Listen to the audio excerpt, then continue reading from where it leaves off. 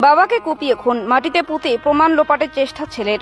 গভীর রাতে বাবাকে কুড়ুল দিয়ে কুপিয়ে খুন ছেলের। মৃত ব্যক্তির নাম অভিরাম দাস, বয়স 70 বছর। তুফানগঞ্জ 1 নম্বর ব্লকের অন্দরান ফুলবাড়ি এক গ্রাম পঞ্চায়েতের উল্লার খাওয়া ঘাট নয়েশ্বরী এলাকার ঘটনা। রাতেই ঘটনাস্থলে পৌঁছে দেহটিকে উদ্ধার করে তুফানগঞ্জ থানার পুলিশ। ঘটনায় রাতে দুই ছেলেকে আটক করা হলে বড় ছেলে রামচন্দ্র দাসকে ছেড়ে দিলেও ছোট ছেলে অভিযুক্ত লক্ষণ দাসকে গ্রেপ্তার করে পুলিশ। প্রসঙ্গত জানা যায়, অভিরাম দাসের 2 ছেলে ও 2 মেয়ে। 3 জনের বিয়ে হয়ে গেলেও এখনো পর্যন্ত অভিযুক্ত লক্ষণ দাস বিয়ে করেনি। সে সবসময় নেশা করে বাড়িতে অত্যাচার চালাতো এবং তার বাবাকে প্রাণে মারার হুমকিও দিত। এমনকি সে তার বাড়িতে এর আগে অগ্নিকাণ্ডের ঘটনা ঘটিয়েছিল বলে জানা যায়।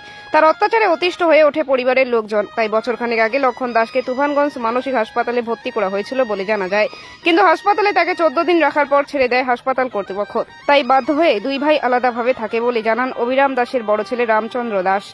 তিনি আরো জানান, প্রত্যেক দিনের মতো বাজার থেকে রাত আনুমানিক 9টা নাগাদ বাড়িতে ফেরে তার বাবা। ঘটনার সময় তিনি বাড়িতে ছিলেন না। বাড়ি ফিরে দেখতে পারেন তার বাবা রক্তাক্ত অবস্থায় ঘরে পড়ে রয়েছে এবং তার ছোট ভাই কুড়ুল নিয়ে রান্নাঘরের বারান্দায় বসে রয়েছে। তার চিৎকারে আশেপাশের লোকজন ছুটে আসলে দেখতে পারে রক্তাক্ত অবস্থায় নিথর দেহ পড়ে রয়েছে এবং বাড়ির পেছনের দিকে একটি গর্ত করা রয়েছে। তবে প্রাথমিকভাবে অনুমান করা হচ্ছে যে মেরে মাটিতে পুঁতে প্রমাণ লোপাটের চেষ্টা চালিয়েছিল অভিযুক্ত লক্ষণ দাস। ঘটনায় ব্যাপক চাঞ্চল্য ছড়িয়েছে তুফানগঞ্জ জুড়ে। বাবা রক্তাক্ত অবস্থায় পড়ে আছে ঘরের মাঝখানে। আর আমার ভাই হলো ওই যে রান্নাঘরে ওখানে বসে আছে, কোরালটা নিয়ে ঢাকা নিয়ে বসে আছে। আমার সঙ্গে আরেকজন গেছিল, ওই পাশের বাড়ির লোক। যাই দেখে আমি যাই দেখি ইয়েছে, আবার আমাকে ধাওয়া করতেছে। আমি পরে আবার বাইরে আসছি, আবার এলাকার লোকজন গেছে। তারপরে আপনার ভাই আপনাকে ধাওয়া করছিল আবার? হ্যাঁ, কুড়াল নেই।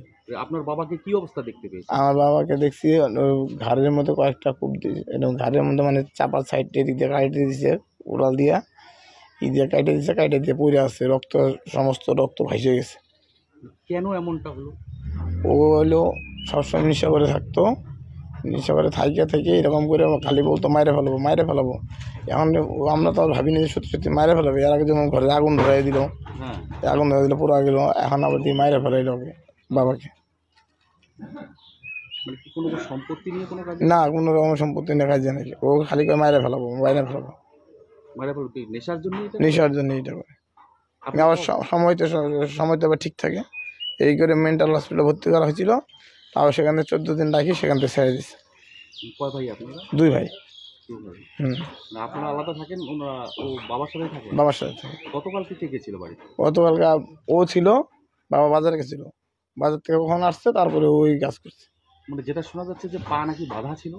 তা আমি বলতে পারবো না, আমি দেখিনি এটা। কি নাম আপনার বাবার? আমার বাবার নাম অভিরাম দাস। অভিরাম দাস, বয়স কত?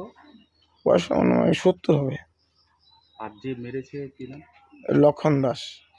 আপনার নাম? আমার নাম রামচন্দ্র দাস। নাম কি? এটা তুফানগঞ্জ ফুলবাড়ি ননেশ স্কুলের সামনে, নেতাজি পল্লী।